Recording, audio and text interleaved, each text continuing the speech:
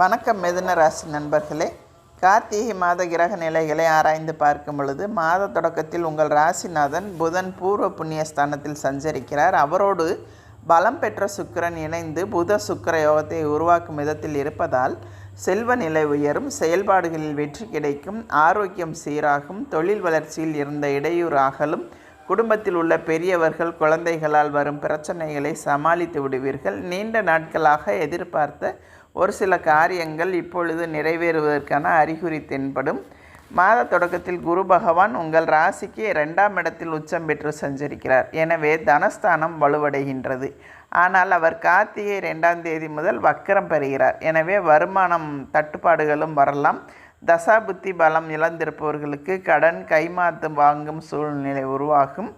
உத்தியோகத்தில் உள்ளவர்கள் நல்ல பொறுப்பில் இருந்து நீக்கப்பட்டு சாதாரண பொறுப்பிற்கு மாற்றப்படலாம்.